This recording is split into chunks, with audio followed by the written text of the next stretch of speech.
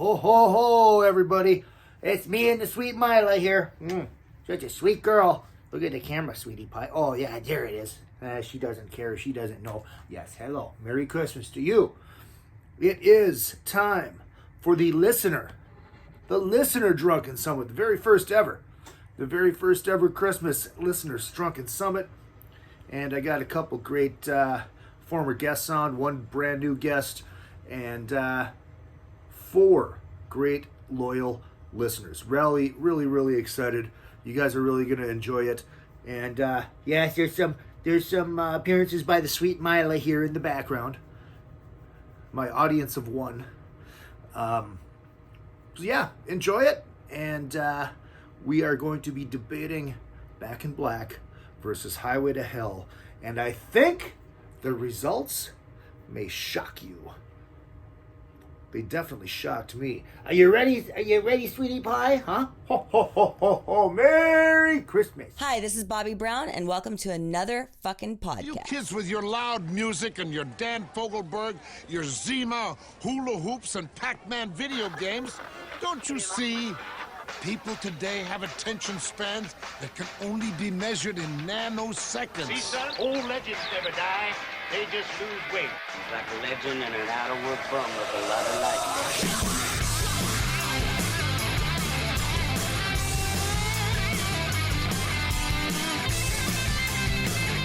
Hello, you crazy dead fucker! Party time! Yes, it is party time. Hello, Hollywood. Hello, world. Let's go through this one more time. We started the show. I started videotaping the show, and I forgot to start the show so actually people can listen to it live, and we actually got that going now. So we had a test run of the intro. There you go. There you go. Yeah. My name is Izzy Presley. This is another fucking podcast. It is Drunken Summit style. Acdc versus Back in Black. Very first ever listener Drunken Summit. And I got a couple great listeners, very loyal to the show on here, a couple past guests, a brand new celebrity guest. We're going to have a lot of fun. Make sure you guys hit up all the social media at Real Izzy Presley all the way across the board. Twitter, Instagram, and Facebook. And of course, the show page is another effing podcast where you can buy merch and you can donate to the show Izzy Presley at yahoo.com as the PayPal. CashApp, $ Izzy Presley, Venmo, Real Izzy Presley, smoke signal, large bundles of cash, whatever you like. It all works out really well. Before we get into this, I want to say, Christmas Eve night at we're gonna say 5:00 p.m. California time, debuting a brand new podcast. This is a test run, myself and Mike Dawson from the Adam Carolla Show. 3 hours long. We thought it was going to be 2 hours, but it turned out being 3 hours. Not going to tell you what it is, but we're going to be doing it live via Twitch when we actually do it. So you guys can watch it on Twitch as we do it live, and then watch later on YouTube and blah, blah, blah, blah, blah, blah. But you can listen to it. Listen to the very first episode this Thursday night. Is it Thursday? Was Christmas Eve? Yeah, 2 days, using my math. There we go. So yeah, it's very, very cool. Not going to tell you what it is, but honoring an icon in music history every single week. All right, let's get to the panelists. We got a couple more showing up in a minute here from Kansas City, and a good friend from the Monsters of Rock cruise, and the man responsible for sending me that great Ace Frehley nutcracker, Tony Garcia. Welcome to the show, buddy. Hey, all right. And he's got his Angus Young nutcracker. Very, very cool. From Canada. That's right, Scotty Strickland, another good friend from the Monsters of Rock cruise. That mullet is looking great, by the way. Oh man, it's coming in really well. I'm getting impressed with it. The only thing is with this background, I can't. Oh, there's my ACDC horns. There you go. Yeah, buddy. There you go. Been waiting for this all week. Brand new to the show. Rockin' is his business, and business is good. He is from Little Caesar, and he is from the Four Horsemen. Not that Four Horsemen, no, the band, the Four Horsemen, and he is the man that is responsible for you having to look at me naked with a belt over my cock, Mr. Pharoah Barrett. Welcome. Thank you. Welcome. Still scarred. Well, everybody is, but that's the beauty of it. And we're gonna have more people joining us. Don't worry. But I mean, I'm not complaining about what we got right now, because coming back to the show from season 1 of The Real World, my good buddy Andre Comeau. Yeah. Yeah. Welcome. And I'm a big fan of his. I know. And actually, I reached out because Tony asked, is Andre going to be on? We'll see. We'll see. And then I reach out. I'm like, yeah, that's really a good idea. That was a request. So Tony got very, very excited. Very, very excited. Izzy makes dreams come true. Joel checking in on in the chat room already. Tall Bear saying hello, everybody. Joel Smith, greetings, salutations, and what the fuck is up, y'all? A listener summit. This sounds interesting. I'm good at being drunk. Izzy, have your people call my people. You missed out, Pally. You missed out. But yeah, these listeners that are on tonight, people that support the show, donated, they bought merch, they're here every single week, and they're in the chat rooms. So how we're gonna have people in the chat rooms this week, I have no idea. I'll look at that. The fucking Ward shirt. Yeah. Yeah. It is Christmas, so Merry Christmas, everybody. Fucking Ward. Fucking Ward. And it is also Festivus. Anybody have anything they want to bitch about at the top of the show? I can't say it. I'll get in trouble for my work. Ha! Nothing? Not about the people I work with or work. It's just people. Well, yeah, people suck. That's it. In the words of Dr. Cox on Scrubs, people are bastards. Chocolate-covered bastards with bastard filling. But not you guys. Not you guys. So what's going on? Andre, Pharoah, you guys have anything to pimp at the top of the show before we get rolling? I can tell you a couple of things here. I got a live album coming out next month on David Ellefson's EMP label group. Nice. The new band. We're pushing the current single Firebird still to rock radio. It's doing pretty well across the country, and exciting stuff. We got the new album, the upcoming full-length album coming out, slated for a March April release. Probably put out the singles in that time frame, but a lot of music coming out. Here's a question for the two working musicians in the group. Do you guys like the pushing a bunch of singles before the show or before the record comes out? Or because the old way was, you put out the single to promote it, then the record comes out, then of course, it's the old format, then the videos come out and blah blah blah blah. I mean, I'm a huge fan of albums, but I'm also you have to be willing to change with the times. Albums are not what people honor and respect the way that I do, and it's not, you got to deal with it. Singles are great, and I've always been a fan of singles as well. But I love the album as a work of art, as a complete work of art, and it's just something that's not respected in the way that how I grew up. Right. So change with the times. Right. Pharoah, what about you? I'm the same. I do agree that I enjoy putting on a record and listening to everything in its anticipated arrangement of 1 through whatever, which leads me to on the 26th, Little Caesar, we've been rehearsing like fucking maniacs for the past couple of weeks. We're doing the first album from 30 years ago in its entirety. Nice. That'll be a fun one. So it's brought to you by Black Star and Loud Words. But yeah, it'll be awesome.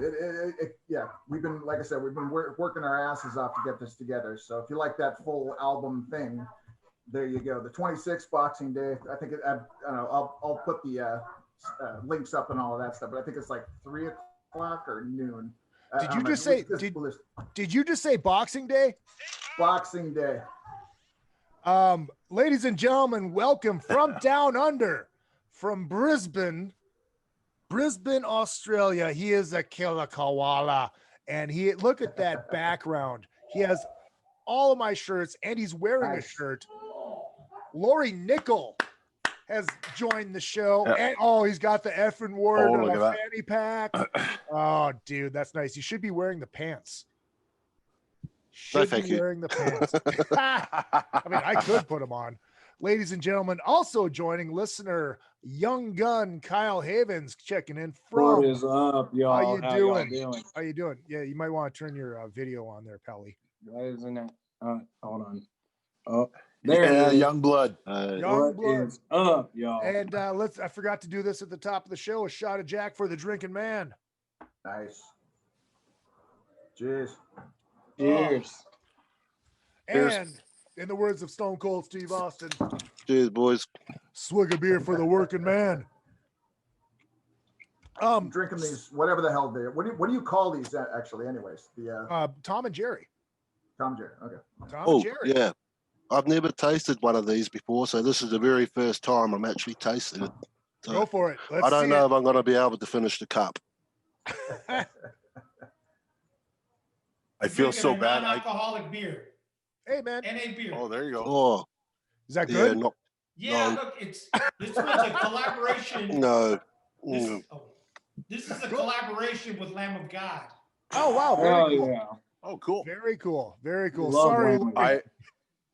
I tried pass looking on that. everywhere for that Tom and Jerry mix there, Izzy, and every liquor store and like that I went into, they looked at me like I was already had a few bottles in me. Thank So- you. I did too. Did you get on the Google machine and go Tom and Jerry mix near me? I did. That I did not, but I'm up near Alaska, so I don't have a lot to choose Copy. Very well. See, though, I was gonna go to Trader Joe's today, but I got off work like 30 minutes ago, and I just rushed here, and I was like, I need to get it here before everyone, starts drinking without me. But I did get alcohol. I got All right. some There you go. gentlemen's. There you go. There you I go. got some Irish whiskey. There you go. I got some rum. I'm You set. are I'm ready prepared for the this Drunken Summit. Summit. There you go. I'm ready.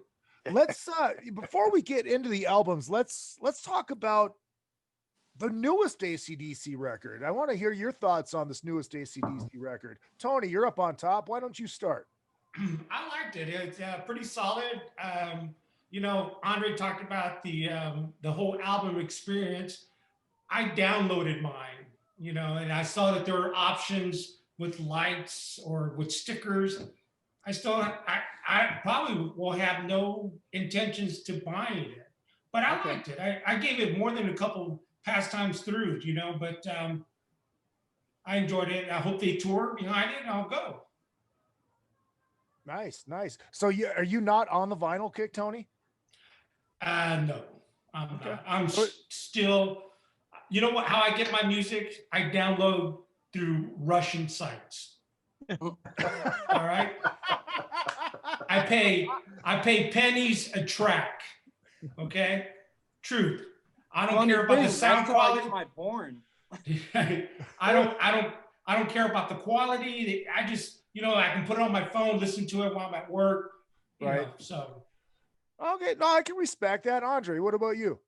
I think it's a great record. I hope that if this is the last ACDC record, it's a good one to go out on. I was a little, I thought Black Ice was a good record. And then the following one wasn't so hot. So this is a really good one. It's a return to form, and it's nice. It's always a pleasure to hear Angus Young ripping it up. I mean, right. Let's go know. to Australia. Laurie. Yeah. I really do like it. And the best thing about it also is that it's a lot like Back in Black, and Back in Black was a huge album. And also it's a tribute album too as well. So you know what I mean? And I think they brought back old school ACDC with it. I went down and got it on record straight away as soon as it came out. So I got the yellow vinyl. But I don't want to listen to it too many times. Put it on repeat. I might get sick of it. But good album indeed. I like it. Okay. Young Gun, what about you? You know, honestly, with everything that Brian Johnson had been through, I'm just glad that he was able to come together to put out another album. I think it was a really good album. I think, like Tony said, like Rock or Bust wasn't, you know, anything special, Right. but this album was definitely. I think it was better than Black Ice too. It definitely. I probably listened to it 4 or 5 times through, and I listened to it again while I was comparing Highway and Back in Black. I was like, let me listen to Mix the it new up one. a little. Yeah, but I think it's I'd rate it probably. I'd probably rate it like an 8.5 out of 10 for ACDC's. I just That's know pretty that. good. I mean, I got chills when I heard that the guitar riff from the first single during the tease. Yeah. And it's like, holy shit, it's fucking ACDC. This is Yeah. what it's supposed to sound like. This is fucking rock and roll. And the Right. and this is the sad part. Rolling Stone did not put it in their top 10 of the year. Rolling Stone sucks. Still number one over here. If that's anything. Right? They're Pharaoh, still what number about- one over here. Of course it is. Pharaoh, what about you, Pally? I was digging it. I've listened to it a couple times. I liked it better than the last probably 4 or 5 records. I think for me, AC/DC after For Those About to Rock, I was kind of like, you know, but I think they brought it back up again, which is awesome. But my preferences still always go back to Bon Scott, which, you know, I can't help myself, you know. Well, I mean, so that's going to be interesting for this throwdown, you know, because these are 2 very tough records. Without a doubt. Without a doubt. No Scotty, what about you, Pally? I've only heard Shot in the Dark so far. Oh, wow. I'm hoping Santa brings it for me under the tree. But it's been one of those things where I've been definitely going to get it. I just haven't picked it up yet, but it sounds great. Like to me, it reminds me of, you know, AC/DC in the 80s and 90s. Yeah, absolutely. Right. Look, I think the second side is better than the first side. It is. You can definitely hear Malcolm's influence. Yeah. Oh, for sure. Yeah. And you know, when I mentioned that about Rolling Stone, and when you said, you know, they didn't put it in the top 10 or didn't chart, the problem with Rolling Stone is that they don't respect the hard rock genre at all. Right. And Agreed. know, across the gamut, they choose to ignore many of the, you know, hard rock stalwarts of this genre. And, you know, the fact that Judas Priest, Scorpions, Iron Maiden, they're still not in the Rock and Roll Hall of Fame. It's a travesty. It's terrible. I mean, if you look at who was named top rocker for male and female for Rolling Stone, they named Machine Gun Kelly, a rapper, and Miley Cyrus as the top rockers of 2020. I was like, whoa, wait. Yeah. No. Something's not right here. Right. Well, I mean, look, in Machine Gun Kelly's defense, he does have a pop punk record out where he actually sings. It's not a rap thing. It was actually, and I actually liked it, but of course you did. You're like 12. Have I'm you got ID twice yet, that, man? Okay. No, but just to, there's so many other bands out there, rock bands out there that right put out that, you know, 2020 was weird because we didn't have concerts or anything, but that could have totally taken that, but they gave it to Machine Gun for some reason. But he did do a good job in The Dirt. Yeah, he did. He absolutely did. He had Tommy down. He really did. Yeah. Kyle, let me ask you this, because you're what, 24? Yeah. You know, there's always the talk is what's going to take to bring rock and roll back, especially to the younger generation. You're somebody that is a part of that younger generation, even though you might be a little swayed and biased towards rock and roll. But I mean, but you're out there in the trenches. You're out there working at a sports bar, listening to all the shit that they fucking play. What do you think has to happen as somebody that is part of that younger group? I think now I watched that metal show all the time growing up. But Eddie Trunk said it best. I mean, you got to stop trying to be the most technical, you know, the fastest player. Just put out good ass songs. There's and they get a lot of hate, but there's Greta Van Fleet. I mean, there's Rival Sons. There's Rival Sons, yes.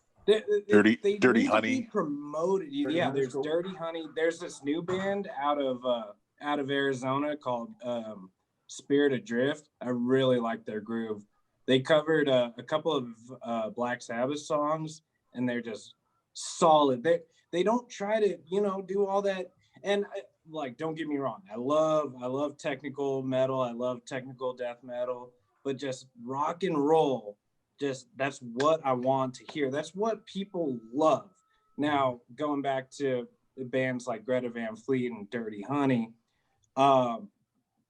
it's a formula that works. You guys, well, not all you guys, but you guys got to experience Led Zeppelin. I will never get that chance to experience Led Zeppelin. So the fact that I have a band that's similar to that really helps. And, you know, it helps the younger generation get into older bands too. Because when I found out about Greta Van Fleet, I remember how fucking amazing Led Zeppelin is, you know? Right. So I listened to Led Zeppelin soul of rock and roll. Yep. And it Greta Van Fleet covers a lot of old bluesy soul songs like Sam Cooke and stuff, and that helped me discover a lot of great artists like Charles Bradley and Sam Cooke, and you know, people like that. So I think it's got a formula works for a reason. It worked in the 70s for a reason. It worked in the 80s for a reason.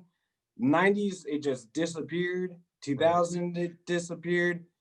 Foo Fighters, they're a rock band, but they didn't have that formula. It worked for them. But if we just go back to the basics, I mean, when I was 14, I met Simon Wright and Craig Goldie, and you know, they were part of Dio's last band, or one of Dio's last bands. And they just kept on telling me while I was talking to them, Dio wants you to learn the blues, learn the souls, learn just rock and roll. You can venture off on that, but there's no heart and soul if you don't learn the blues and stuff like that. You got to have your heart in it. Right. Well, so that's what I think. And actually, Andre, I want to go to you for this because a lot of people don't know that. I mean, you do work in publishing, and you do work in, you know, placing songs in TV and movies and shit like that. And you don't see new young rock and roll bands popping up in that stuff, you know, especially in commercials.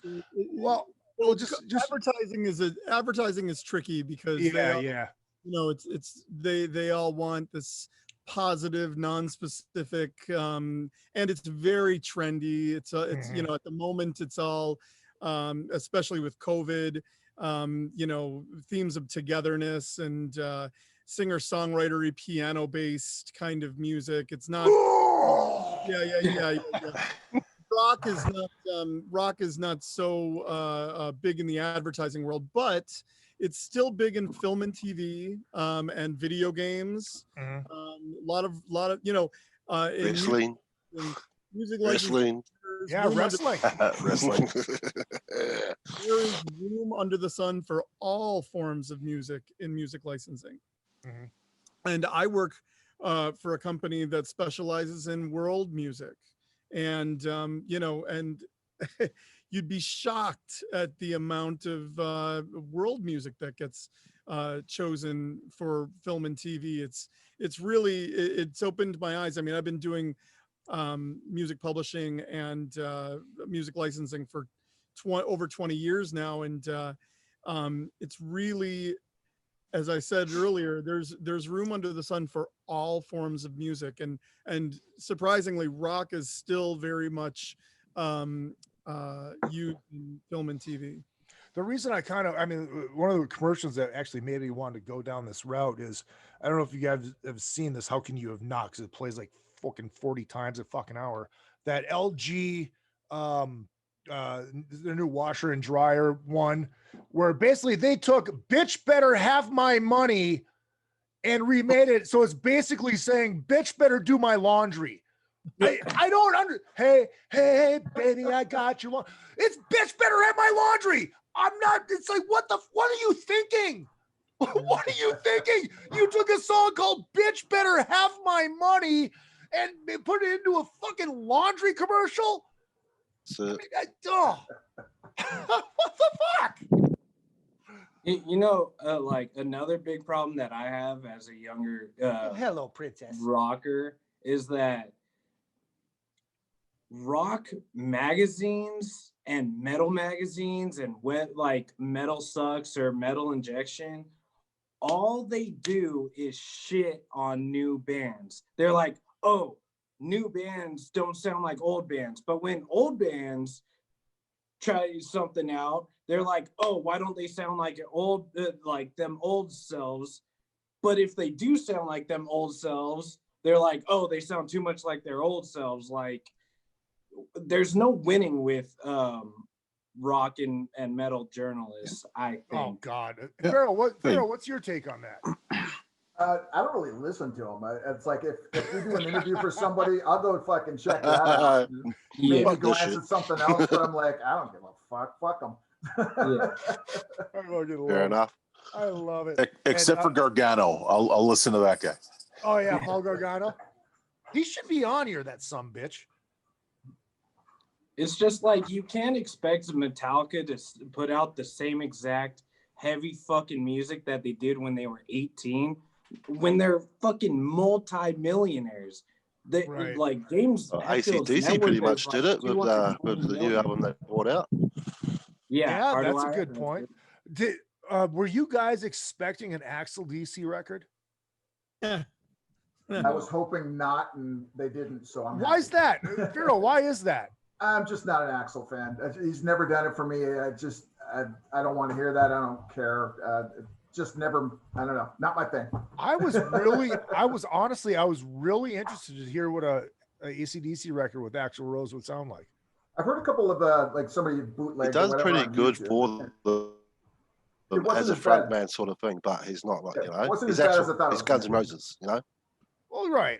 But I mean, I heard nothing but positive stuff about what he did with them on the road. Yeah. But saying that, Sebastian Bach does a good cover of AC/DC as well. So but, dude, he can't even get back in his own band, let alone fucking AC/DC. Dude, they just won't let me back in. I don't know why. I promise I'll be understand. good. What have I done? If AC/DC got the I forget his name, the lead singer of Crocus, I would have really enjoyed, been interested to hear that, album, what that would sound like, or see them Crocus live. is a good band. Yeah, I was listening to Crocus before I jumped on here. I love Of course you were. Of course you were. You were listening to Crocus, prepping for an AC/DC podcast. Nice work. Good job. It's on. Hey, that's Ozzy's Boneyard's fault. Okay. Isn't it a number nose of Ozzy's Boneyard? First half of the show. Before we get to the first half of the show, Jacobus is in the house. Jacobus is probably lost right now, wondering where everybody is in the chat room. Jacobus, they're all on the show. The chat room is on the show. Joel says he bought the record, not the CD a few days after the release. I haven't listened to it yet. Pretty sure I'm going to hell for that. Yes, you are. But actually, with Scotty's only listened to one song, so he's got you beat. Tall Bear says the new Pretty Reckless song is pretty good. Yeah, what do you guys think about the Pretty Reckless? Yeah, I like that. It's a good one. It's not bad. They're good. Yeah. I think they're a good introduction for young metal fans and rock fans to get into other stuff. Right. I like it, And I would marry Taylor Momsen. I'm just saying. Oh yeah. You know, throwing that out there. Throwing that out there. First half of the show. He's like a year older than me, you know, like perfect. Yeah. Perfect. First half of the show brought to you by Beater Amplification. That's 2 E's, beateramplification.com. You want to get yourself something nice for Christmas? All of you fucking guitar players or bass players out there, hit up Beater Amplification. That's 2 E's. Find them on Facebook. Find them on the interwebs. 100 watts of testicular fortitude, 3 channels, pull 2 tubes. You got yourself a 50 water. It is so fucking amazing. These amps are so great. Hand wired, hand built. And they actually have a bass rig that's got a 24-inch sub in it. Why? Because they're hand wired and hand built, and because he can. There you go. Also, our good friends over at Mackie, our good friends at Mackie.com, Mackie. Not just sound equipment, kids. You want to get into podcasting, you want to get into home recording, hit up our good friends over at Mackie. Check out the studio bundles, very affordable way. You can get in for under $300, man. You want to get going because Lord knows we need more fucking podcasts. You have a chance to do it. Hit up our good friends over at Mackie.com, Mackie. So before we get into cutting it down song by song, I want to get into your initial thoughts prepping for this show.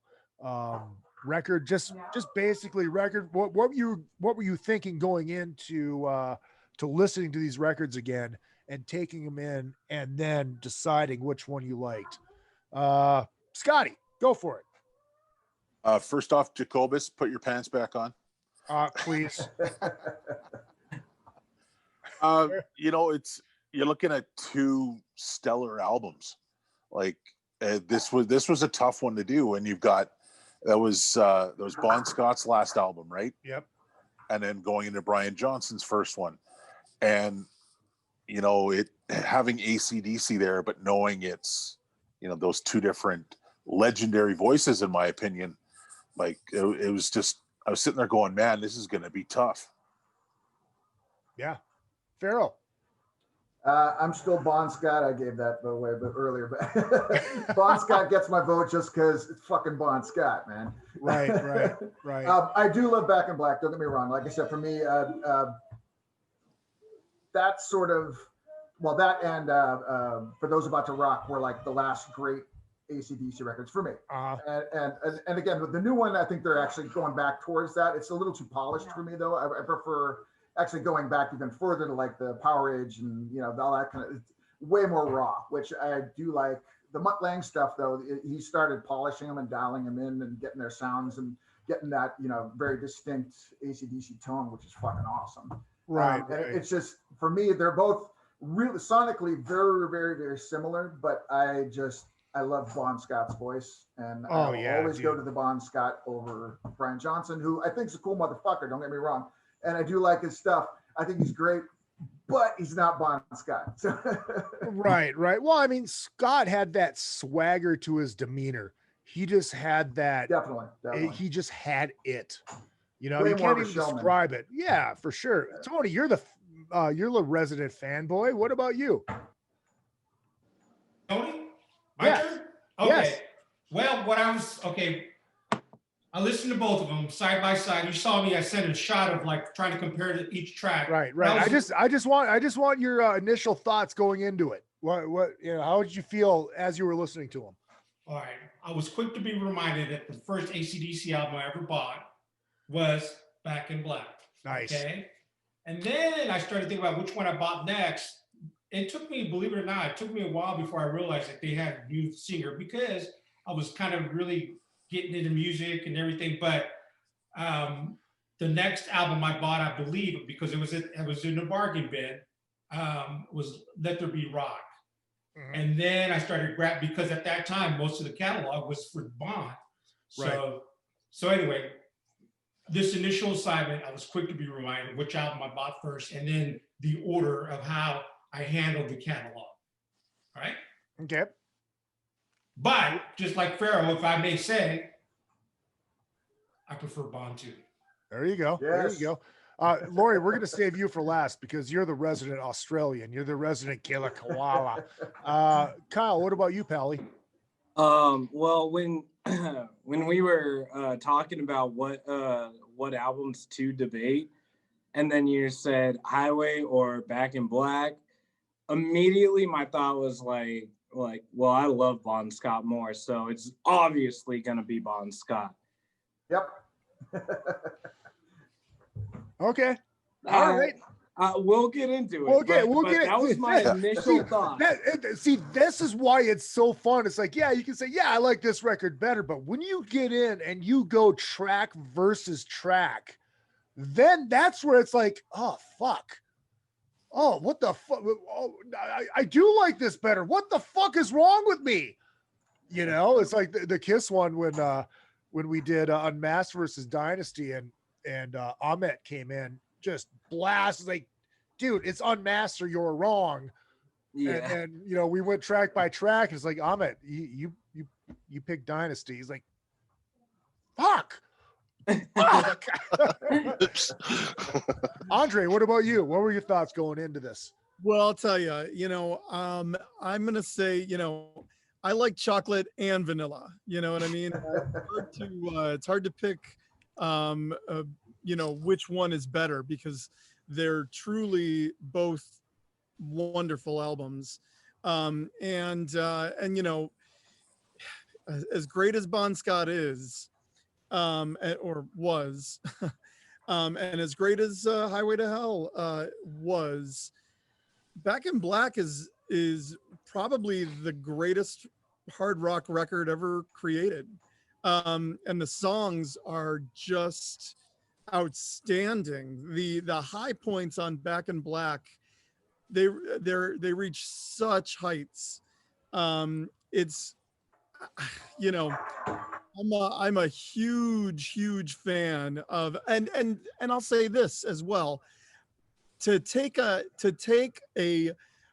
true hit to the solar plexus, to have your lead singer die, and then to come back with a new singer and a new album that is arguably even better than anything that they'd done previous. I mean, there's something to be said just for that alone. The fact that they were able to not only recover, but to reach greater heights than they'd ever hit. So I gotta give it to Back in Black for that reason alone, to be able to, not only roll with that punch, but to turn it into something that was, I mean, talk about, making lemonade out of lemons. They really, it just speaks to the power of and the greatness of that band. Yeah. And Mutt Lange. And Mutt Lange. Oh yeah, and Mutt Lange, absolutely. And yeah, but I don't want to give Mutt Lange too much. I mean, producers are great, but he didn't write those songs. Mm-hmm. He had an influence in guiding them along their way, though, and there's a bunch of stories about it. I love the sound of that record, and I love the sound of the record, and I like a lot of his production. Shania Twain, but it's I don't want to give him too much credit. I mean, it's AC/DC's record. Definitely. I just want to give you major props for pulling out the wrestling term of shot to the solar plexus. By the way, that is that was monster. Before I let Laurie go, I'm gonna chime in and just say, look, this, like I said, this is probably the hardest one that I have done. And for saying that Back in Black is the greatest rock and roll record of all time. I mean, come on. Appetite for Destruction is the greatest album of all time, bar none. I think Axl has something to say with that. Oh, yeah. If you go track to track. Back in Black beats it down. I'd say Back in Black and Highway to Hell both beat. Okay, not to quote my good friend Ahmet Zappa, but you're both wrong. But this is so hard. I think one album has high points, higher high points, and I think the other one is more level all the way through, still with some of those high spots on it, like a good wrestler should be. So We'll see. I'm rather excited about this. And we have one more person joining us here in a second as well. Laurie, resident Australian, the killer koala. What do you got? What was your initial thoughts going in? Because I know you were highway going into it, right? When I first heard about it, straight off the bat, Highway to Hell, no comparison. You know what I mean? Like it's a great album, but Back in Black, you know, the world loves it. So, and when I compared them together, it was a lot closer than what I thought it was. You know, so because the music's the same, but the vocals are different. Right. You know, and I wouldn't say the same, but it's still, you know. Well, look, this is the thing. It's like nobody can sing like Brian Johnson. No, I mean, there is no voice. It's got that like husky Brian in Johnson. And people are like, oh yeah, he's just a golden throat. It's like, dude, that fucker sings high. I mean, people that haven't tried to sing "You Shook Me All Night Long" live, give it a shot because it is not easy. It is not easy. Ladies and gentlemen, also my good friend from the Monsters of Rock Cruise, from the Rainbow Bar and Grill. I just heard him on Eddie Trunk on one of the replays yesterday talking about the Rainbow. And from KNAC, DJ Will, everybody, welcome. Nice. Yes! Yeah. Yo. Sorry. He didn't tell us he was a cartoon, bro. Will, I apologize. I was late on the link. I actually started the show and forgot to start the show. I think we got some girls and they're also trying to listen in on the show as well. Is it? Have you got okay. Okay, Izzy, just blame your manager. Yeah, it's my manager's fault. I apologize. She's sleeping on the bed. Will, why don't you jump in?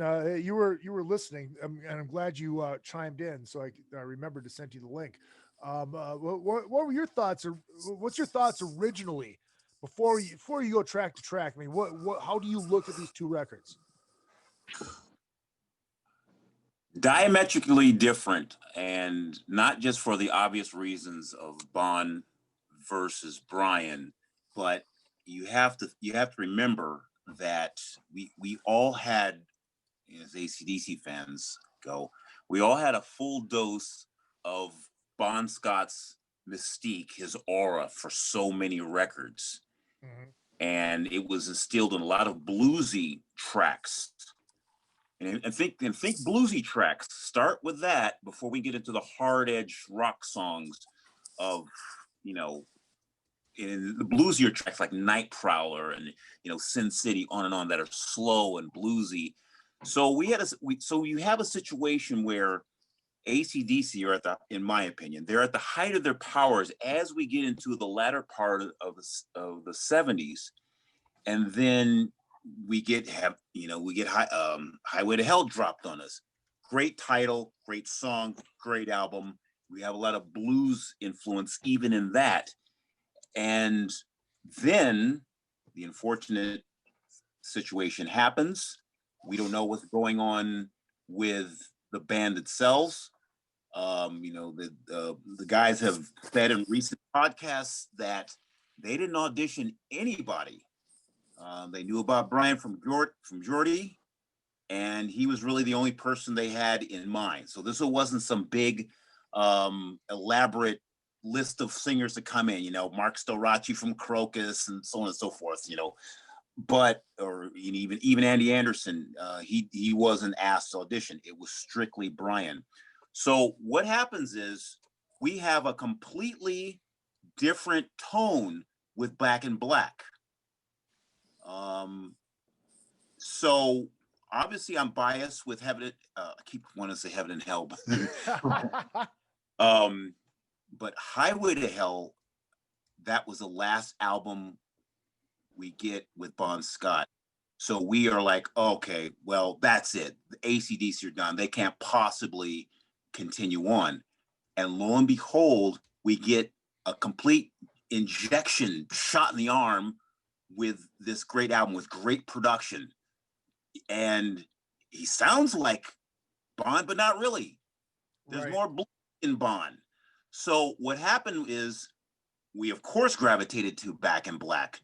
because every single song, it's a masterpiece. It's one of those albums that will always stand the test of time, goes without saying. So while I'm biased to Bon Scott, with Back in Black, there was hard rock all the way through. And I mean, we got some bluesier things, you know, for those about the rock and, you know, some of the latter albums, but 79, Highway to Hell was the last era of the bluesier part of ACDC. Does everyone sort of follow what I'm trying to say here? Yeah, I agree. Yeah, I agree. Well, okay, this is no diss towards Brian, but I'm talking in terms of how the singers, yeah, they're screechy, they're gritty, like Angry Anderson, he's gritty too. But with Bon versus Brian, there is a difference from swagger to even their gritty vocal inflection, because we went from Highway to Hell to Back in Black. Brian wasn't brought in to be a Bon clone. He's his own man. He sounded like that in Gordy. So I appreciated the fact that that was the plan all along. Either we pack it up, we're done, like Led Zeppelin, John Bonham dies, we're done. That's it for Led Zeppelin.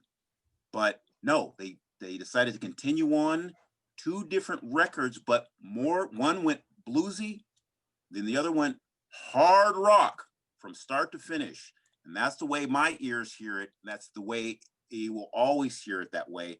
And it started a new era. We accepted Brian because Back in Black was a masterpiece, and he was not brought in to be a clone. That's the part I appreciated. So that's how I look at it, as 2 different records, 2 different singers, 2 different sounds, but not really. Because with ACDC, like the Ramones, like Motorhead, if it ain't broke, don't fix it.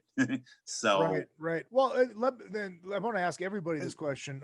Obviously, ACDC is the shining example, and the other 2 bands that I can think about that replaced lead singers and still went on to have, really good success was Black Sabbath, going from Ozzy to Dio, and I don't say what you want about fucking Sammy Hagar. Fuck you. He was fucking amazing in Van Halen, going from Dave to Sam. I mean, dude, you cannot argue with what they fucking did.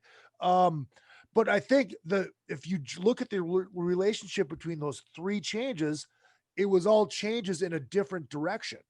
And do you guys think that is a better way to go, or do you guys think it's better to stick with what people are used to? Well, if you take a look, like Back in Black, I think maybe came out maybe a year after Highway to Hell. So they either gelled that well and it just kept going on. I'm just not sure about the other bands. Like, I can't remember how long it was between 1984 and 5150 and with Dio and Black Sabbath. It was one of those ones where I think you could tell that it was there. They weren't trying to be somebody else, and it just gelled with the great musicians they were paired with. Mm-hmm. Yeah. I can think of one instance where they actually, in my opinion, they did try to clone the singer that left, and it just kind of fizzled. And that's Kansas. When Steve Walsh left, they got John Elefante, who sounded pretty much like him, but it didn't last very long. That momentum kind of died out. Well, I think with Kansas, I think that's a different monster, because Kansas, I look at, they're one of those faceless bands to me, where I don't even know who's in Kansas. I couldn't name you one member of Kansas, and look, and you're going from Ozzy fucking Osbourne to fucking Ronnie James Dio, man. Those are 2 icons. Dave to Sam, 2 icons. Bon Scott, an unknown Brian Johnson. You know what I mean? Am I wrong for saying that? Okay, let me ask you this. What do you guys think of the Queensryche situation? I think Todd, he continues. He's an upgrade, in my opinion. I think Todd is awesome. But what do you guys think about that? Go ahead, Will. I will actually answer that the way I've sort of looked at it as, Todd was brought in because there was an issue with Jeff and the band. They wanted to continue. It was a name thing. But when Todd came in, that's how he sounded on his own, singing.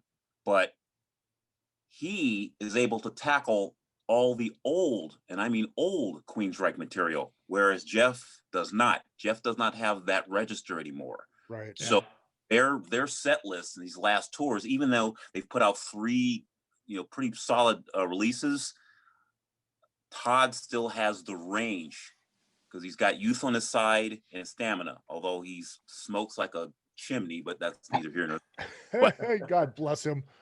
Yeah, right. Smokes. Right. But Tony, the way I look at it is, yeah, he does sound like Tate as far as, the high range and all that, but he sounded like that in his previous band.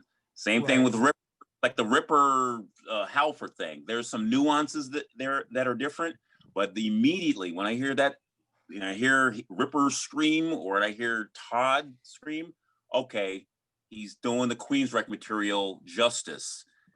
Ripper's doing the Priest material justice for what he was brought in to do. But specifically with Todd versus Jeff, Todd has the range of the older material. Jeff does not. That's fact. I think the difference in these conversations about Queensryche versus these other 3 bands, though, is these guys were still, especially, AC/DC and Van Halen, they were still mainstream at the top of the fucking game. Queensryche, it's like that legacy act, Yeah, we all love them, but yeah, it's not as big. It's still a big deal. Don't get me wrong, but when you're looking at fucking Van Halen, at the fucking height, 1984, the MTV is exploding with Hot for Teacher and Panama and Jump, and all of a sudden fucking Dave's not in the band anymore and Sammy's in. It's like that's an odd time to change singers. Andre, what do you think about that? Well, I think that I guess I would say that, I think that it's kind of what Will said. I think that the sound changed a little bit. I'll call it a progression. AC/DC progressed into a hard rock band. Yes, absolutely. More than a blues rock band that sometimes got heavy and sometimes stayed with the cool blues stuff. I love those blues tracks, but they certainly, they became a heavy rock band with Back in Black. And also, I think that they took that dark imagery to a new level. Highway to Hell is great, but there's some humor to it that wasn't necessarily there in the Hell's Bells and some of the subsequent tracks that really leaned on their the satanic imagery. I think that the humor, they weren't leaning on the humor so much anymore, and they were just trying to scare the shit out of parents, and they did a great job of it, They did a great job. To this day, Hell's Bells is still creepy as fuck, and I love it for it. You know what I mean? And I think that, again, that's a progression into a heavier rock band. Yeah. Before I go into commercial here, here's a question about Hell's Bells. Does it take you the first bell or the third bell to know it's Hell's Bells and not For Whom the Bell Tolls? Very first. Number 1. First Definitely the first. Thank you. All right. Yeah, something we all agree on. All right, let's go to the chat room really quick before we go to break. Bruce from Canada, play it for you. Says Back in Black. Bruce. Back in Black has those number.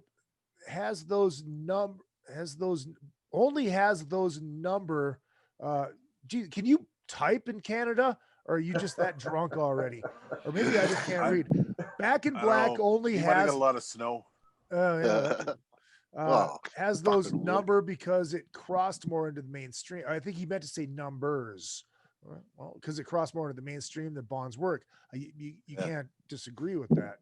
And Joel says, Back in Black was my introduction to the band, and it's a fantastic album. Song for song, it may be better album. It could quite possibly be the perfect hard rock album. Appetite for Destruction. God, Destroyer. I remember White Snake. See, this is where it gets fun. I remember driving around listening to it on 8-track mini nights. Oh, I miss 8-tracks. Actually, I do not miss 8-tracks. Yeah, fuck 8-tracks. I miss having them, but I don't miss them. I just miss the product of them. That being said, Highway is my go-to album. I don't know how to explain it, but it's something about Bond's voice that really hits me. I love his lyrics. I checked out For Those About to Rock and recently picked up Flick of the Switch. Going back to check out the albums before that, but it's Bond for as long as he can remember. That's what makes this so fun. That's what makes this so fun. All right, so here's what we're gonna do. We're gonna take a short little break. I get more alcohol in me to get smoother. I'll be back in 2 minutes and 2 seconds. It is another fucking podcast. Listener Drunken Summit, very first ever. Gonna do this again next year. I'm loving this already. Acdc. When we come back, Highway to Hell, track for track versus Back in Black. RockstarLeatherworks.com is your home for badass rock and roll gear. Featuring 100% handmade leather bands, watches, cuffs, bracelets, and more, Rockstar Leatherworks has something for everybody. Whether you are going to the show or you are in it, you can find something to fit your needs. Choose from a variety of designs or create your own masterpiece. Their bands and watches are second to none. They also ship internationally. Who needs a stage to be a rock star? Check out RockstarLeatherworks.com. Hey ladies, Sass Pants Designs will take that band shirt that everyone has and make it your own in a flattering, sassy, and simple way. There are one-of-a-kind tank tops, halter tops, lace-up tees, and tube-top dresses already in stock. Check out the online store at sasspantsrocks.com and like Sass Pants Designs on Facebook, Instagram, and Twitter for special offers and custom orders. Use the code IZZY25 for 25% off of your entire order at sasspantsrocks.com. That's sasspantsrocks.com. Let Sass Pants make you the envy of the party. Rockwood Saloon Authentic Apparel takes rock and roll fashion to a new level with their tees and tanks for men and women. They also make custom shirts, jackets, vests, pants, hoodies, beanies, and more. The Rockwood Graphics Department can design anything from your logo, t-shirt design, promo posters, band swag, and printed at great prices. From tour shirts and custom stage gear to killer threads for the street to the stage, Rockwood Saloon has it all. Rockwood Saloon, authentic rock and roll apparel for stage and street. World tour tested for quality, comfort, style, and durability. Check them out at www.rockwoodsaloon.com. That's rockwoodsaloon.com.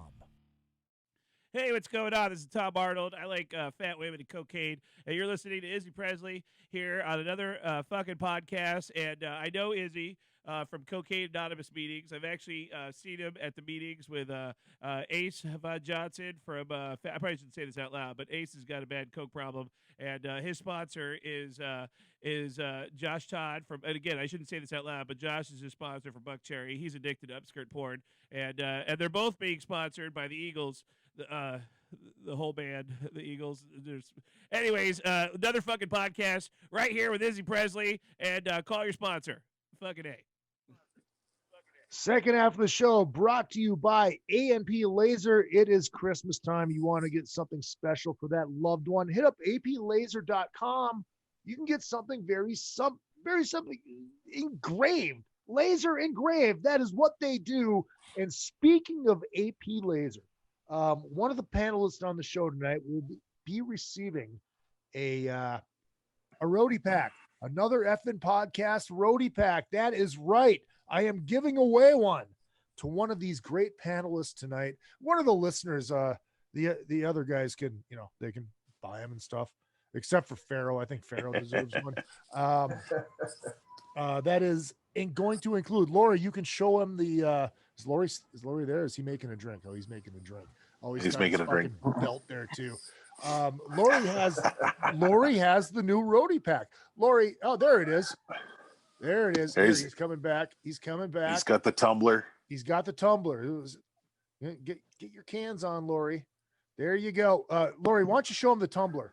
I'm talking about the Roadie packs right now. This is the tumbler. This is the coffee tumbler, but he gets drunk out of it. Oh, it's my vodka. There you go. There you go. And those actually, they have that new retro logo on it, and they will be engraved with your name on it as well. It comes with one of those. A Zippo. My name's not on it. It's It's not? the tumbler. Bitch. Well, yours will, whoever wins this. Comes with that, a Zippo type lighter, a dog tag, and a flask. So you're going to get all of that, all with that logo and your name on it. And it's my thank you. Also, our good friend John Palumbo. We love us some John Palumbo. And hit up John Palumbo at johnpalumbodesign.com. You have a band, you have a business, you need a website, you need a logo, hit up John Palumbo at johnpalumbodesign.com. And when you get him on the blower, make sure you call him by his full name. Don't go, hey, John, it's good to talk to you. Go, hello, John Palumbo. How are you? Call him by his full name. He loves that. All right, here we go. It is time for the throwdown. It is time for the granddaddy of them all. But before we do this, I want to say this. Next week, I am going to do a because it's the holidays and I don't want to bug people, even though nobody's doing shit. So I guess it doesn't matter. But I'm going to do a best of next week. And then the following week will be another Drunken Summit. And it will be the very first ever three-way dance. It will be Warrant, Dirty, Rotten, Filthy, Stinking Rich versus Poison, Look What the Cat Dragged In versus Cinderella Night Songs. Oh, that's a lot of hairspray. Yes, it is. So much hairspray. Yes, it is. And I think we are going to go old school ECW three-way dance rules. I'm assuming, not looking at the numbers, I'm assuming Poison sold the most records out of those three. I could be wrong, but whoever sold the most records, the other two will go face to face. Then the winner will move on to face the one who has sold the most records to this point, and that will determine our grand champion in that one. So let's do this. Are we ready to go track versus track? Highway to Hell versus fucking Back in Black? I'm gonna need a shot. I got my notes. I got my notes ready to go. All right. Well, hold on. I guess we're doing shots. I'm going to pull out some of this delicious Screwball whiskey. It is peanut butter whiskey. And I like it because it doesn't get me as fucked up as Jack Daniels. But Somebody get them a shot. Right. But I will say this, the hangover is much worse because of all the sugar in it. But it's delicious. All right, I'm gonna have to grab a What bottle. are hangovers? I'm 24. I I don't know what a hangover is. Yeah, you lucky little bastard. You're And lucky. What's that, Will? I can't join you, Alkies, and here's why. Oh, yeah, it's okay. It's okay. Me and Will are smart though, because we're in California and we're inside, and Andre is also in California, and now he's outside, and it's probably you're out and you're up in the hills, so because you know you're all rich and shit. And look at this, and he's even staying. He's outside, freezing in. No, it's not 67, 58 degrees here in Burbank. So I'm going to assume it's probably 50 up in the hills, and he's hardcore. He's hardcore, but you're an East Coaster, you know, it's no big deal. You know, I mean, it's a little fucking cold, you know. I have a 3.5-year-old and it's bedtime. So, you know, it's probably best to keep it outside. Good call. And what's this cold you speak of? It's 14 degrees Fahrenheit here. Yeah, take off. It's 48 in Phoenix. That's freezing. Oh. All right. I have written down here number 1 through 10. And one side is Highway, one side is Back in Black. We are going track versus track, and I'm going to just try to do this and not fuck up like I did last time. So, all right, here we go. We got, and this might be the toughest one of them all to kick it off. We have the songs Highway to Hell versus Back in Black. Who wants to go first? Brutal. Andre shaking his head, so you have to go. No. I'll kick it off then. All right, go to the Aussie. Go to the Killer Koala. It was really, really hard, but mate, I went with Highway to Hell. I can't. As soon as you hear the beginning of it, I prefer that than the bells. All right, Willem. I have to share those same sentiments too. Again, going to my Bon Scott bias, last album with him, and it was good-natured lyrics in this. This wasn't about evil and mean and nasty. It was good-natured. That, you know, you go down this road, it's a highway to hell. The devil's involved, but as tough as it is to say it, highway to hell for me. Young Gun. I love Bon Scott more than I love Brad. I love Brad too, but I love Bon Scott more. But it's Back in Black for me. Okay. Bells. Pharaoh Barrett. Fucking Young Gun. I would definitely have to go with Highway to Hell. And it's funny because, like, especially since both of those songs, Hell's Bells and Highway to Hell, you can tell exactly what song it is in like that first measure. Even if one measure is just a fucking bell ringing, it's like you know exactly what it is. Same with Highway to Hell. That drum, you know exactly what that fucking is. But and I do tend to again bias towards the Bon Scott. Both great fucking songs. I still go with Highway to Hell. All right. And just so everybody knows, after the show, whoever hangs around, we're gonna throw the Zoom link up in the chat or in the on the Facebook page. So go to Another Effing Podcast on Facebook. And after the show, if you want to jump in and anybody wants to hang around that's on right now, you're more than welcome. I know all you drunk listeners will be here. The famous people might leave us, but you know, that's okay. Well, one of them's outside and he's cold. Tony, what about you, pal? Okay, now wait a minute. I think my notes are fucked up and I'm embarrassed. What it's Highway to Hell and which one? Back in Black. No, Hell's Bells. Hell's Bells. Hell's Bells. Hell's Bells. Stop listening to Young Gun. Yeah. Okay. I'm gonna pick Hell's Bells, and here's why. Okay. The buildup. The buildup. Please talk until I'm back. I gotta give the dog pot. Well, just okay. When I remember when I bought the album, this was my first AC/DC record. And I remember just putting it on, and you hear this bell, but then you start to hear, you know, Angus's, you know, playing the intro, and then it just builds on top of that, and then all of a sudden you got the whole band in swing, and it's like, wow! And then this guy's just screaming, and little did we know, you know, little did I really know that this was a new singer, but he was introducing himself to the world. Here I am. Boom. So that's the buildup. I picked Hell's Bells because of the buildup. Tony, I gotta agree with you here. I think that this is like, let me say first, I think this is the hardest matchup of the night. These two tracks are the very, it's neck and neck, honestly. It's Bon Scott's greatest song, and it's a really tough one. But the introduction, the bells, the arpeggiated A minor chord, it's the coolest fucking track ever. Hell's Bells is just such a, it's so creepy, and it really, it sends off Bon Scott in a way that is so classy.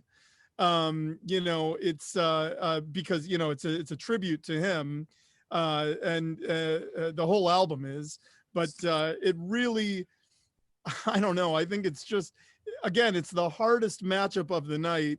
but I gotta give it to Hell's Bells just for the intensity of it. It's so heavy. Oh, I wish I could find that. Hold on. Oh, one little quick humorous side note. Brian Johnson was interviewed in promotion of Power Up.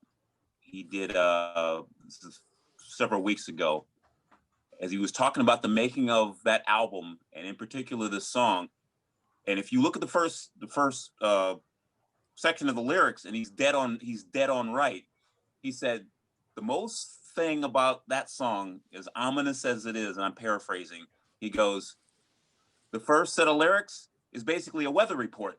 I was going to mention the same thing because I love that interview. I watched that too, and I was just like, "That's fucking awesome." I'm like, he's right, but it was just like, it gave me a nice little chuckle. But it's like yeah, he's right. Rolling thunder, power and rain, thunder like a hurricane. It's like, oh yeah, they were in Miami, right? Okay, Bahamas. It was the Bahamas. Bahamas. But yeah, he was sitting on the beach, and that was basically what was happening. He's like rolling thunder, power and rain, coming on like a hurricane. Got to go in. well, Will, since you spoke up, what is your choice? I already gave you my choice. Did you? Who hasn't gone? There we go. Scotty hasn't? Yeah. Okay. All right. Well, both these songs have a special place in the cockles of my heart.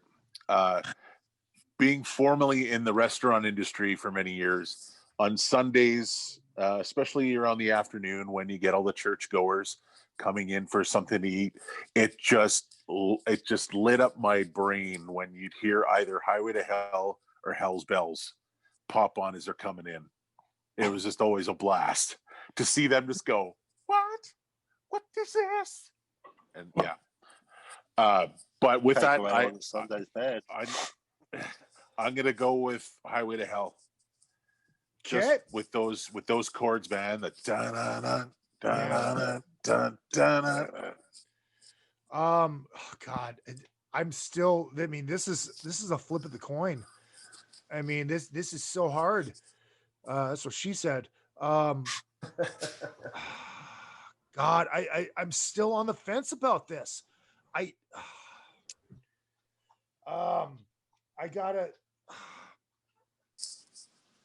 have to go Highway to Hell.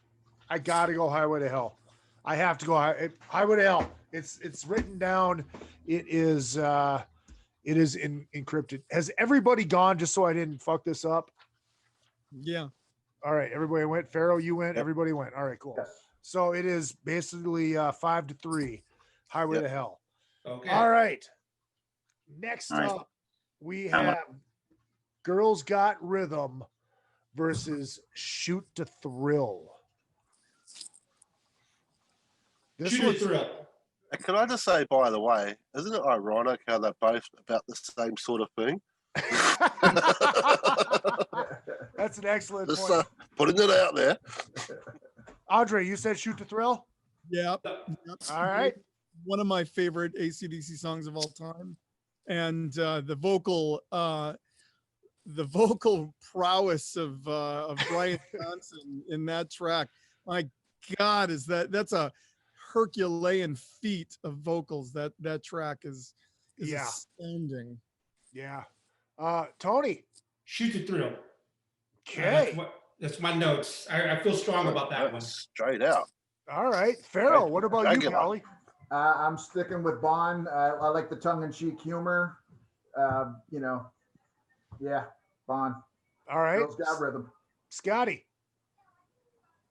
Both great songs, but because of the Iron Man movies and Avengers, there, Shoot to Thrill, man. Okay. Killer Koala. I'm all about the Girls Got Rhythm. Okay. Makes it a lot more fun. Right. Young Gun. I'm still thinking about this one. Okay. Talk yourself into one of them while it's your turn. I think because of the breakdown from on Shoot to Thrill, where it's like it just like quiets down and then it builds up again. I think I got to go with Shoot. Okay. I think I got to go with Shoot. Yeah. Well, I'm sticking with my answer. Final answer. Final answer. Willem. Lock it in. Shoot the Thrill. And a lot of it has ending, just sort of just bombastic. I'm ending this song and it's big.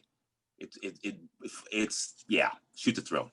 I just because I love this fucking guitar riff so much, I gotta go. Girls Got Rhythm. I just love. wrong. Wow, that got smashed. Yeah, right.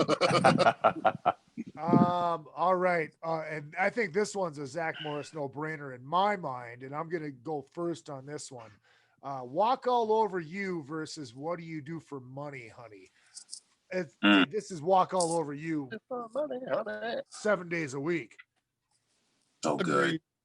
Agreed. Da, da, da, da, da, da, da. Fuck, I have it riff in my head now, man. Great. Da, da, da. All right, so Andre, you said agreed. All right. I say Walk All Over You, similar to what I said about Hell's Bells. The intro to Walk All Over You. You wonder what Phil Rudd's going to hit next. You know, it's just like, because it's a slow boom, boom, fuck yeah. Phil Rudd's probably going to do this next.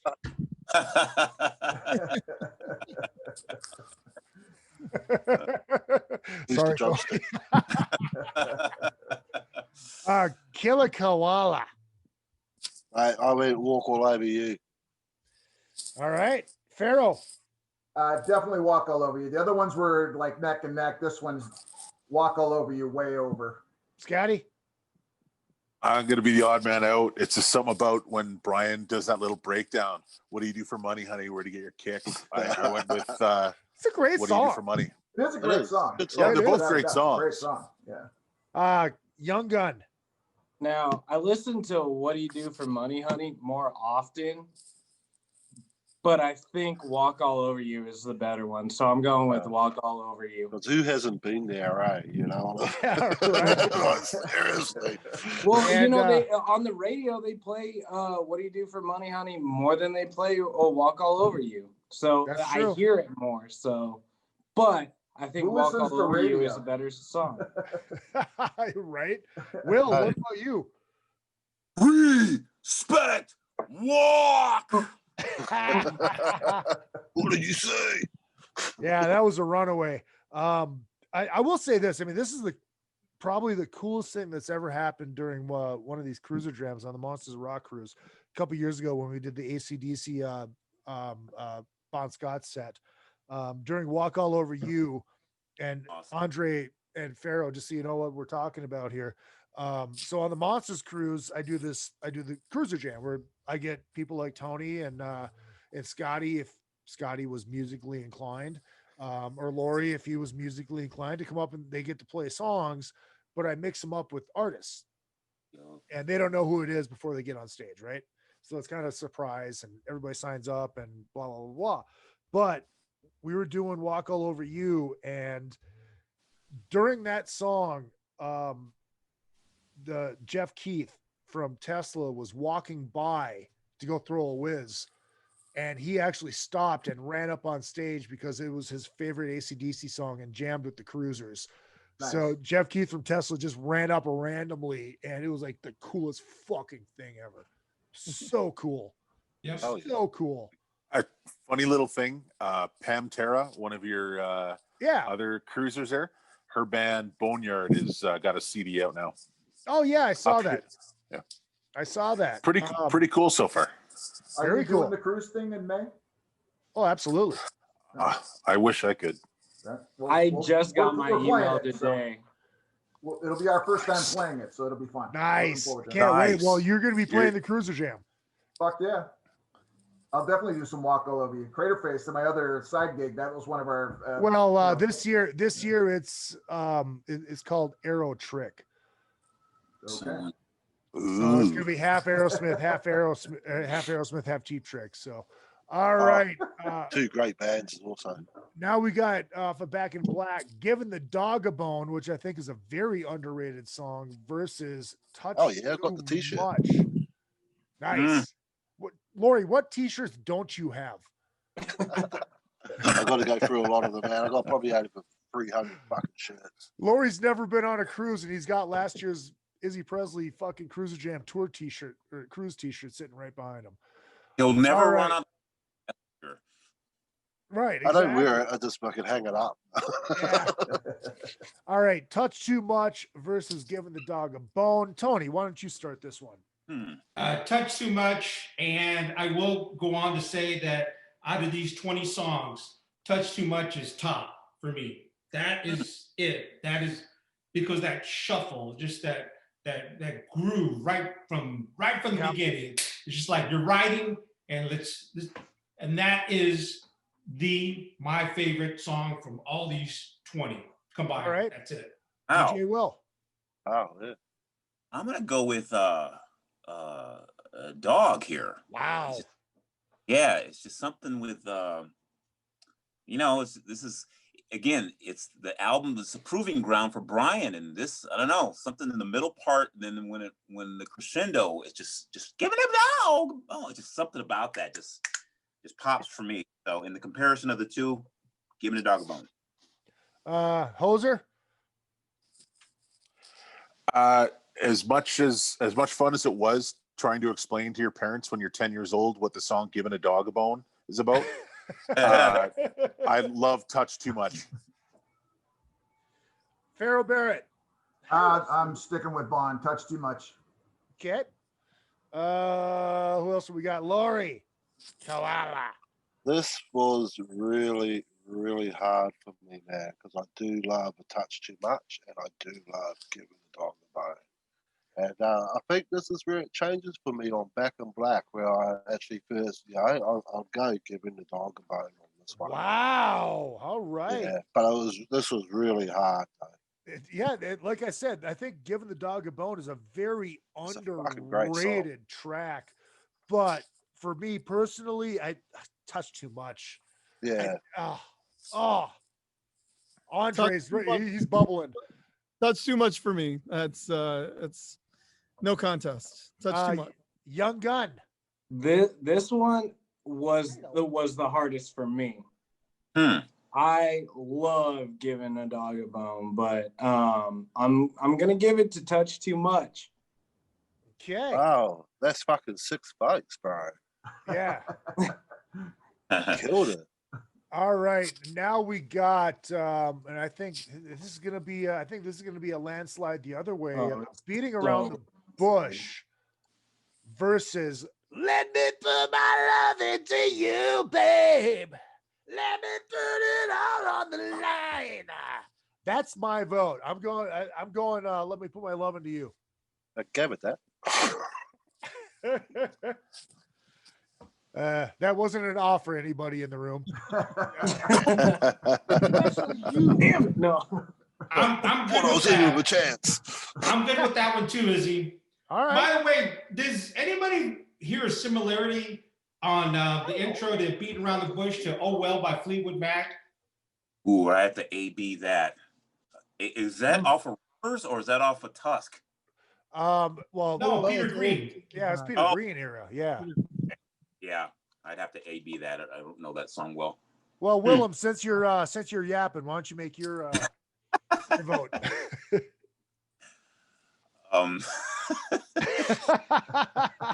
Yeah. Oh boy. Eesh. I'm probably, God almighty, I tell you again, you're hearing these songs in your head and you're just thinking about, the era and when I was listening to this, what I thought about it, it's like, for me, more than likely it's gonna be Touch Too Much. No, it's not Touch Too Much. It's Beating Around the Bush. It's Beating Around the Bush. Beating Around the Bush. Beating Around the Bush. Okay. That little boogie. All right. Young Gun. Oh, it by and far, it's Let Me Put My Love Into You. It's not even a challenge. Dude, Okay. fuck. Not even a prowess. Pharoah, I'm rather interested on this one because you're the Bond guy. I know that I'm these ones are actually probably right neck and neck the most out of these. I'm gonna have to go back to the Bond beating around the bush. Oh, But, yeah. wow. Just that guitar riff's badass to me. I love that shit. Right. Okay. So, 5 of us have gone. Pharaoh's just gonna be all Bond. Towards the end, it starts changing a little bit, but it's mostly Bond, without a doubt. But yeah. All right. Who wants to go next? Let me put my love into you. Yeah. All right. Faux show. Killer Koala. I'm all about beating around the bush. All right. And is who hasn't gone? I only haven't. Oh, all right. Oh, okay. I thought you did. My bad. Let me cut your cake with my knife, Izzy. Yeah,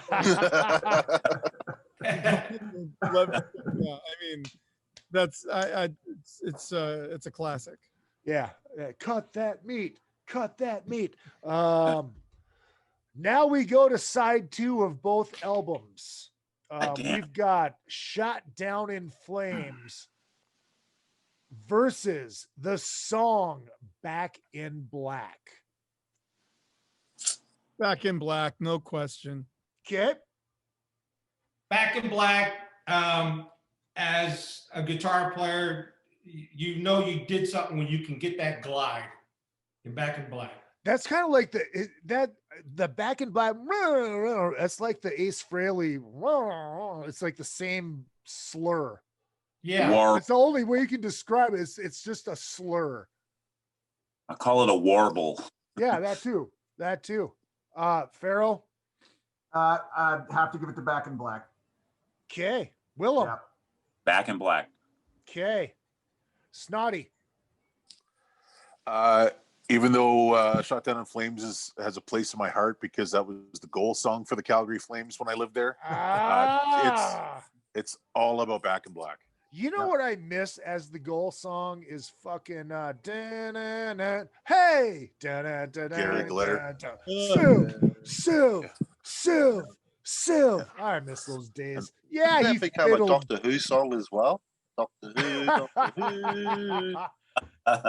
Who. Koala. Well, no doubt about it, man. It's all about being back in black. All right. I'm going Back in Black and Young Gun. I think you're the last one. So Back in Black was the third ever song I learned on drums, so I'm going Back in Black. All right. Whitewash. That is a first whitewash. I would like to say something here in that, just to speak to that riff in Back in Black, a lot of people, talk about the great guitar players of that era. And, Eddie Van Halen certainly comes up and, some of the newer people. But, all of those guys, their styles were copied and a lot of clones came about in their own way. Still to this day, no one can play like Angus Young. No one plays like Angus Young. He has a style that is, you cannot imitate it. And I think the unique thing about that too is that because he was so young as well when he joined, it really makes it his own as well. You know what I mean? Well, he just and I think that nothing typifies his inimitable playing like Back in Black, because a lot of people try and play that riff and none of them sound the way that it's supposed to sound. And it's just it speaks to Angus's style and his uniqueness. It's I can't say enough about it. It's really special. Now, I'm really interested to see what happens with this one, because you've got Get It Hot, which is, I don't think that's a very well-known song off this record to the average few, to a song that might have the effect of, I've heard this song so many fucking times, I want to stab myself. You Shook Me All Night Long versus Get It Hot. Andre. Start us off. Long. I mean, it was never one of my favorites, but it's a massive hit, and my wife loves it, and she doesn't like rock. I mean, you know, so you know, you gotta speak to the crossover appeal that it has, and it's a great song. Again, you know, I'm a big fan of songs, and that's a great song. It's, you know, it wasn't my favorite as far as AC/DC tracks, because it was so commercial. There was kind of a goofy video for it many years later, you know, but you know, I mean, it just speaks to so many people, and it was a massive hit for them. I got to give it to them. I got to give it to that one for that reason alone. Let's just make this easy. Is there anybody that is not voting for You Shook Me All Night Long? I'm not. Oh, please, Tony, please explain. Okay, so this is a sleeper track, okay, and I got reintroduced to it today while walking at work, and I really love the deep tracks, okay, and You Shook Me All Night Long. It's been overplayed. Everyone knows it. So I'm going for the underdog. But you see, let me see if I can share my visual. There's this awesome tribute band from Kansas City. They're called KCDC. Whenever they do both eras. They have two different singers for both eras. Oh, wow. Okay. So, but during the Brian set, and when they do this song, everyone who just goes to see this band, who aren't interested in the band, the girls go up to the stage and start dancing because that's the only song they know. And to me, that's when I'm gonna go out, take a lead. You know? Wow. So I just want to say that I see these people who don't really know AC/DC go up to the stage just to dance because they know this one song. So with that, I'm gonna go with Get It Hot. Plus, it's a great song. It's a blues-based song. It's blues. Yep. I'm not disagreeing with you. And that by Tony, brought to you by OCDC, the most precise government. Is there anybody else that's got Get It Hot? I just want to give a shout out to Ray and Belcher because I'm pretty sure he'd be saying this is still on their set list. Yes. Yes, that is absolutely true. He would. All right. Now, this one's going to be a little bit closer because we've got If You Want Blood, You Got It versus Have a Drink on Me. No. Kyle, you just winced. Speaking of that. Yeah. True. Now, the alcoholic in me. Well, that's a great mug, Tony. Have a drink on me. But if I were ever, you know, to go on a killing spree, the song that I would pick would be If You Want Blood. Oh, yeah. You got it. So if you want blood, you got it. Wow. All right. All right.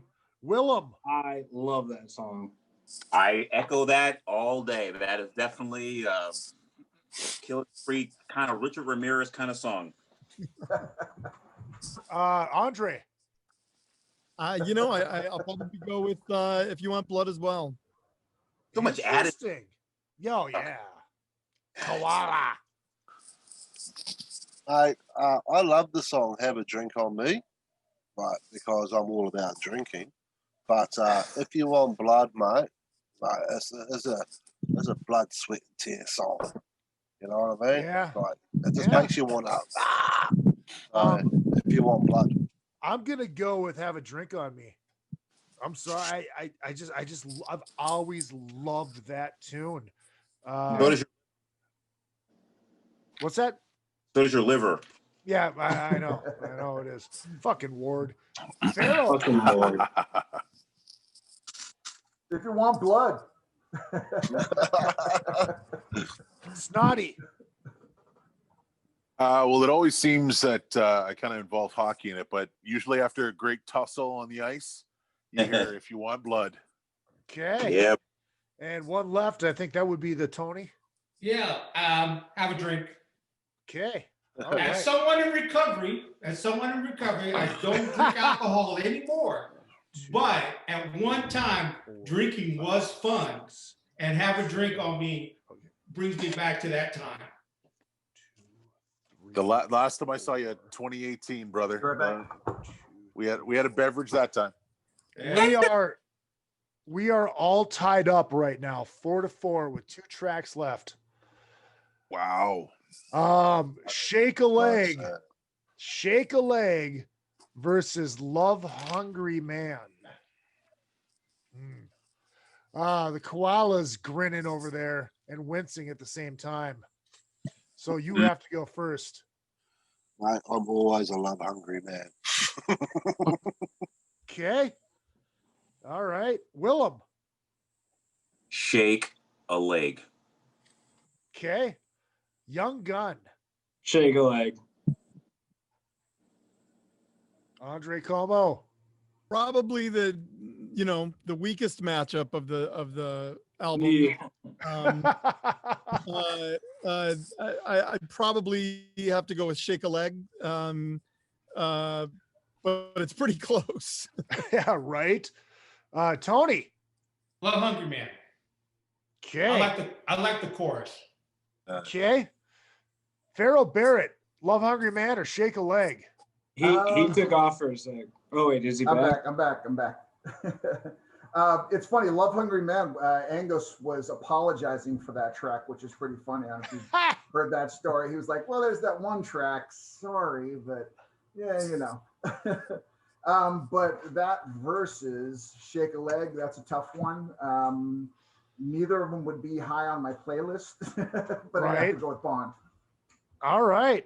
So we are 3-3. I am Shake a Leg. That makes it 4-3. Scotty. Shake a leg. All right. 5-3. Now, the closing tracks. We got Night Prowler versus Rock and Roll Ain't Noise Pollution. Night Prowler, bitches. Oof. Fucking Richard Ramirez. Richard Ramirez. Let's go with Tony on this one. Yeah, another Mexican. Fucking Richard Ramirez. All right, you white guys had Charles Manson. We had Richard Ramirez. How about that? And you know what? Not only that, it's the last song on the album, the last track we're going to hear from Bon Scott. Yes. Wow, that's an excellent. Actually, and it is kind of a creepy song too. That's actually not true because in America we got 74 Jailbreak in the 80s. Oh. The original. Really? It took 6 years to get there? Yeah. Jailbreak. I don't remember this. Oh. Yeah, it didn't get released in the 80s until the 80s here in the United States. That's right. Yeah. Como, what about you? Yeah, Night Prowler, in spite of the serial killer lyric, it's a great song. Young Gun. Okay, so let me tell a quick little short story. Go for it. My brother and my little brother and I, we played music all the time together. Well, we were really respectful neighbors, so we never played past 10 p.m., the curfew, right? Well, one time my mom's friend came over and the neighbor next to us complained. She was like, "Are you gonna be playing music tonight? Are you guys gonna be playing the drums tonight?" And my mom's friend was like, I'm just here to visit a friend. And she told us that. And I was an angsty little 15-year-old. And I was like, fuck that bitch. And I opened up the windows and my brother and I started playing all kinds of music. And one of the songs, and like I said, we never played past 10. It was 11:30 at night. We played Rock and Roll Ain't Noise Pollution and fucking blasted that. So that's my go for that one. All right. Tony. Even for Night Prowler. Did you already go? Yeah, it was off the bat, mate. Oh yeah, my bad. Sorry, I've had a couple pops. Pharoah Barrett. Shazba, Nanu. Night Prowler. I know. Night Prowler. All right. I'm going Rock and Roll Ain't Noise Pollution. I've always loved that fucking song. It is a great song. It is. That's a hard one. That's I actually feel a hard like one it's too. an epitome of like fucking rock and roll. Like, you know, Yeah. it's like a theme song for all of rock. And there's a fucking cannon in it. There's a fucking cannon in it. Willem. Isn't it? Wait. Isn't it freaking? I thought it was for those about to rock. Oh, my bad. Yeah. Anyways. It's still rules. That's next week's show. Goddamn, son. Let that alcohol flow through you. It happens. Snotty. Well, you see, to me, it makes good sense. I'm going with rock and roll pollution. Rock and roll and noise pollution. We are 3-3. Okay, who hasn't gone? Laurie has not gone yet. I have not gone. Night Prowler is a good song, but rock and roll ain't noise pollution, brother. It's just loves. You know what? I'm gonna change my vote. I gotta change my vote. I forgot about the Shazbot Nanu ending of fucks it all up for me. I'm going with rock and roll ain't noise pollution. Yes, it will.